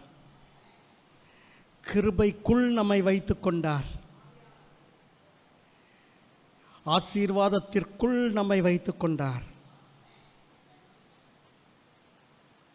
எல்லாவற்றையும் விட அவர் தனக்குள் வைத்து கொண்டாராம்.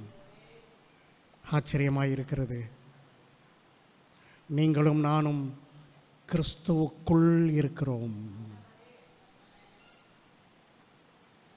கல்வாரியிலே மாத்திரம் அவர் தியாகம் செய்யவில்லை. 33 வருடமும் பிறப்பிலே, வளர்ப்பிலே, படிப்பிலே, பணியிலே, சுற்றத்திலே, நட்பிலே, அவற்றின் தெரிந்து கொள்ளுதலிலே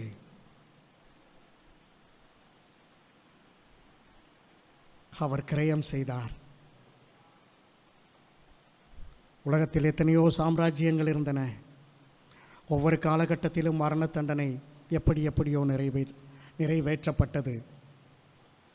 ஆனால் கிறிஸ்து இயேசுவோ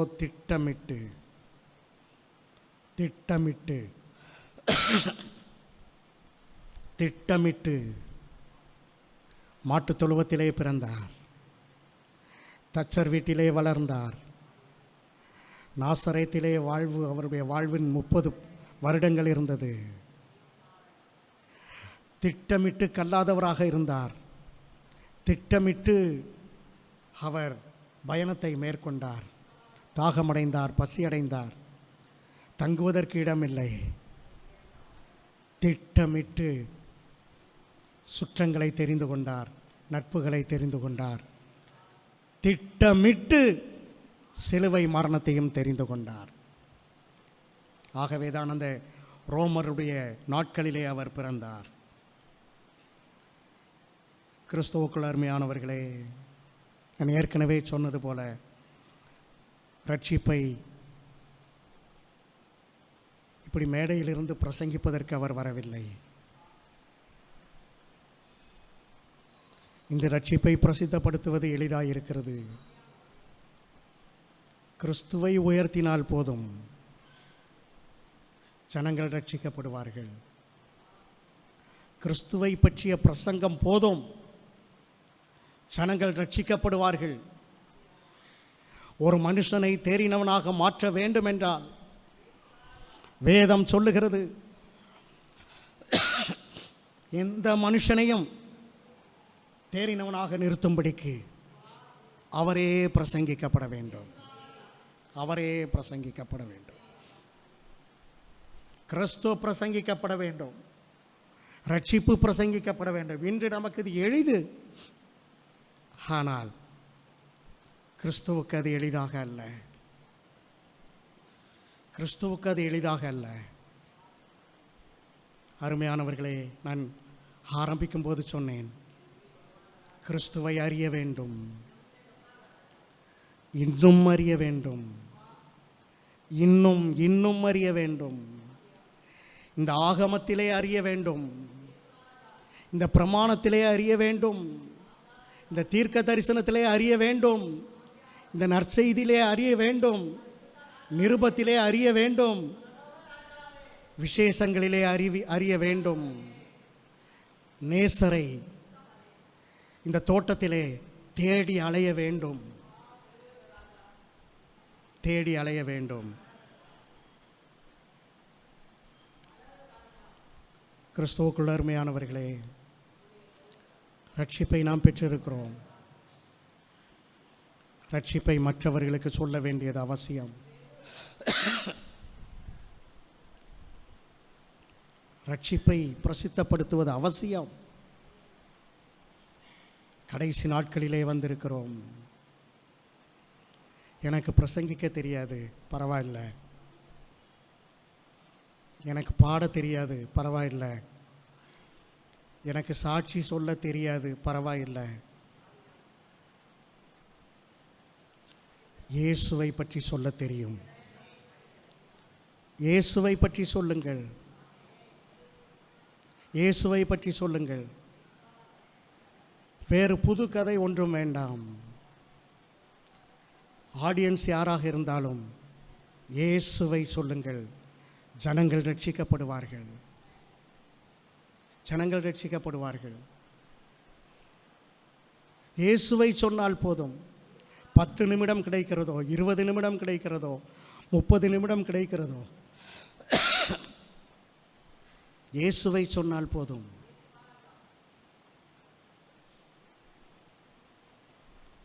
கடந்த மாதத்திலே அதிகமாய் உடல்நிலை பாதிக்கப்பட்டிருந்தேன். ஒரு இடத்திலே பேச அழைத்திருந்தார்கள். அவர்களிடம் நான் ஒன்றும் சொல்லவில்லை, ஆனால் கஷ்டப்பட்டு சென்றேன். முந்தின நாள் ஜெபித்து கொண்டிருந்த போது, ஆண்டவரை, நான் எப்படி பேசப் போகிறேன்?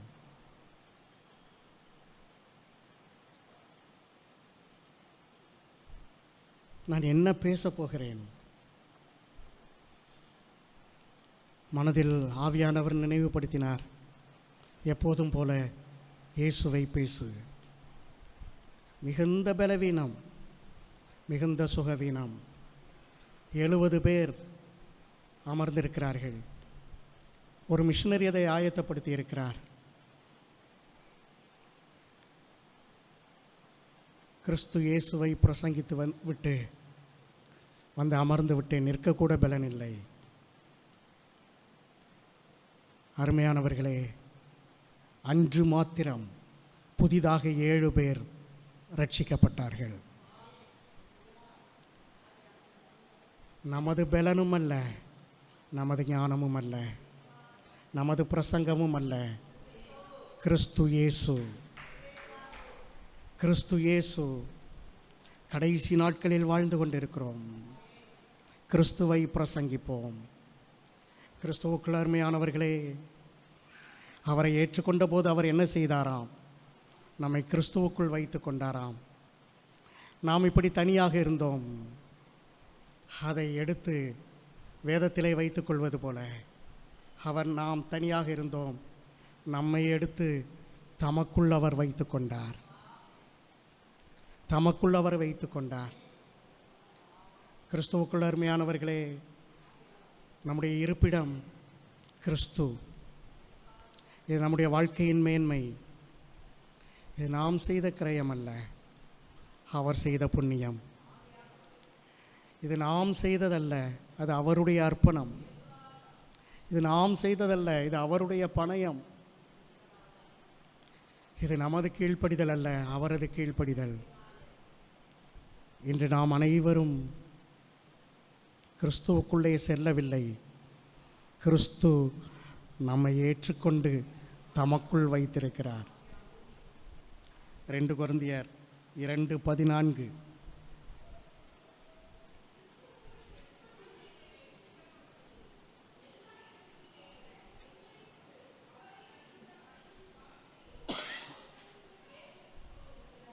அருமையானவர்களே, கிறிஸ்துவுக்குள் வெற்றி,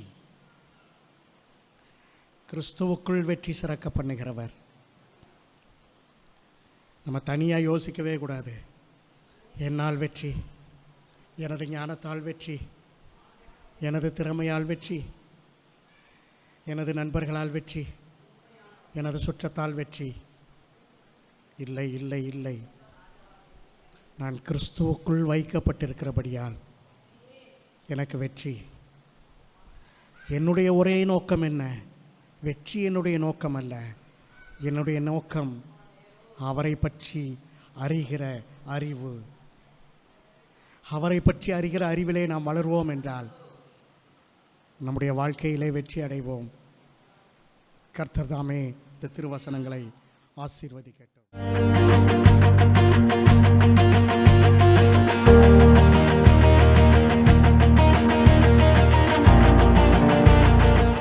ஜெபிக்கிறோம். தகப்பனே, உமக்கு நாங்கள் நன்றி செலுத்துகிறோம். நன்றி ஆவியானவரே. தகப்பனே, உமக்கு நன்றி அப்பா. என் இயேசுவே, உமக்கு நாங்கள் நன்றி செலுத்துகிறோம். எங்களை ஆண்டவரே நீர் மீட்டுக் கொள்ளும்படியாக, எங்களை வழி நடத்தும்படியாக எங்களை தேடி வந்தவரே, உமக்கு நாங்கள் நன்றி செலுத்துகிறோம். நன்றி அப்பா, உமக்கு நாங்கள் நன்றி செலுத்துகிறோம் ஆண்டவரே. இன்னும் உம்மை அறியனுமே, இன்னும் உம்மை அறியனுமே, இன்னும் கிட்டி சேரனுமே, இன்னும் கிட்டி சேரனுமே. பிரசன்னம் பிரசன்னம் தேவ பிரசன்னம். ஹல்லேலூயா. பிரசன்னம் பிரசன்னம் தேவ பிரசன்னம். ராஜா உங்க பிரசன்னம் போதுமையா, எப்போதும் எனக்கு போதுமையா. ராஜா உம் பிரசன்னம் போதுமையா, எப்போதும் எனக்கு போதுமையா.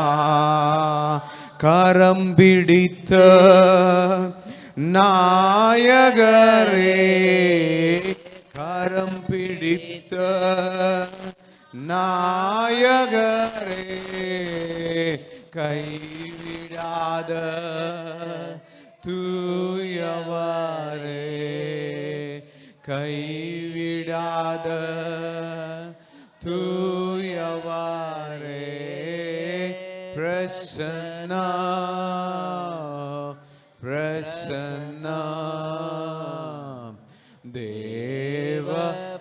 பிரசன்னா ஹalleluya பிரசன்னா பிரசன்னா தேவ பிரசன்னா. நல்ல தகப்பனே, உமக்கு நாங்கள் நன்றி செலுத்துகிறோம் ஆண்டவரே.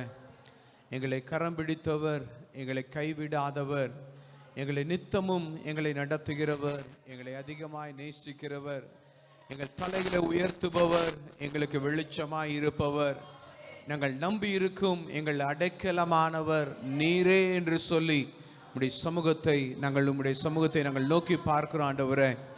உம்மையில்லாமல் எங்களுக்கு வேற விடுதலை இல்லை ஆண்டவரே. நீர் இல்லாமல் எங்களுக்கு வேற வழி இல்லை தகப்பனே. ஆகவே நாங்கள் உம்மை சார்ந்து நிற்கத்தக்கதான எங்களுக்கு ஒரு புது பலனை நீங்கள் கொடுத்ததற்காக நன்றி ராஜா. எங்களுடைய பலவீனத்திலையும் நீங்கள் எங்களோடு கூட இருந்தீங்க. எங்களுடைய வாழ்நாள் முழுவதும் உம்முடைய சமூகம் எங்களுக்கு முன்பாக சொல்வதற்காக நாங்கள் நன்றி செலுத்துகிறோம் ஆண்டவரே.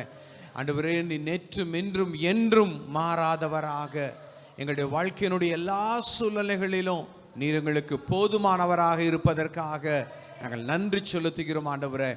ஒவ்வொரு தெய்வ பிள்ளைகளையும் ஒவ்வொரு நாளும் தகப்பனே உம்முடைய வேத வசனத்தினாலும் ஆண்டவரே உம்முடைய பிரசன்னத்தினாலும் நீங்கள் வழி நடத்துவதற்காக நாங்கள் நன்றின்னு சொல்கிறோம் ஆண்டவரே. ஆகவே உம்முடைய சமூகத்தில் ஒவ்வொரு நாளும் வந்து தகப்பனே ஆண்டவரே உம்முடைய சமூகத்தில் நன்றியோடு கூட நீர் எங்களுக்கு செய்த எல்லா உபகாரங்களுக்காக நாங்கள் அனுதினமும் நாங்கள் நன்றி சொல்லும்படியாக எங்கள் இருதயங்களை திறந்தவரே உமக்கு நாங்கள் நன்றி செலுத்துகிறோம். உம்முடைய பிரசன்னம் எங்களோடு கூட எப்பொழுதும் தங்கி இருக்கட்டும். உம்முடைய மகிமையின் ஆண்டவரே மேகம் எங்களை முழுமையாய் சூழ்ந்து இருப்பதற்காக நாங்கள் நன்றி செலுத்துகிறோம். வந்திருக்கிற ஒவ்வொரு தெய்வ பிள்ளைகளுக்காக நாங்கள் நன்றி செலுத்துகிறோம். ஆண்டவரே, எங்களுடைய விண்ணப்பங்களையும் எங்களுடைய வேண்டுதல்களையும் நிறைவேற்ற நீர் வல்லவர் என்பதை நாங்கள் அறிந்திருக்கிறோம் ஐயா. ஆகவே நாங்கள் உம்மை நோக்கி நாங்கள் பார்த்திருக்கிறோம். ஆகவே எங்களுடைய முகங்கள் ஒரு நாள் வெட்கப்பட்டு போவதில்லை. ஆமென். ஆகவே உம்மையே நாங்கள் சார்ந்து நிற்கிறோம் தேவாவியானவரே. நீர் எங்கள் மத்தியில் மகத்துவங்களை செய்ய நீர் வல்லவராய் இருப்பதற்காக நாங்கள் நன்றி செலுத்துகிறோம். எப்பொழுதும் ஆண்டவர் உமக்கு நாங்கள் காத்திருக்கிறவர்களாக உம்முடைய சமூகத்தை நாங்கள் நோக்கி பார்த்து உண்மையே நாங்கள் ஆண்டவர் விசுவாசிக்கக்கூடிய பிள்ளைகளாக எங்கள் இருதயத்தில் அப்படிப்பட்ட ஒரு வெளிச்சத்தை நீர் கொடுத்ததற்காக நாங்கள் நன்றி செலுத்துகிறோம். உம்முடைய கிருபையின் வார்த்தைகள் எங்களை வழி நடத்துவதற்காக நன்றி. உம்முடைய பிரசன்னம் எங்களை முழுமையாய் மறைத்துக் கொள்வதற்காக நாங்கள் நன்றி செலுத்துகிறோம். எல்லாவற்றுடைய அன்பின் திருக்கரங்களிலே நாங்கள் ஒப்பு கொடுத்து நாங்கள் ஜெபிக்கிறோம். ஜீவனுள்ள நல்ல பிதாவே, என் ஆத்துமாவே கர்த்தரை ஸ்தோத்திரி, என் முழு உள்ளமே பரிசுத்த நாமத்தை ஸ்தோத்திரி. என் ஆத்துமாவே கர்த்தரை ஸ்தோத்திரி, கர்த்தர் செய்த சகல உபகாரங்களை மறவாதே. ஆமென். நம்முடைய கர்த்தராகிய இயேசு கிறிஸ்துவினுடைய கிருபையும் பிதாவாகிய தேவனுடைய அன்பும் பரிசுத்த ஆவியானவருடைய அன்பின் ஐக்கியமும் இப்பொழுதும் எப்பொழுதும் கிருபையும் சமாதானமும் நம் ஒவ்வொருவரோடு கூட தங்கி இருப்பதாக. ஆமென். ஆமென். வந்திருக்கிற ஒவ்வொருவருக்கும் இயேசு கிறிஸ்துவின் அன்பின் வாழ்த்துக்கள். Praise Lord, praise Lord, praise Lord, praise Lord, praise Lord.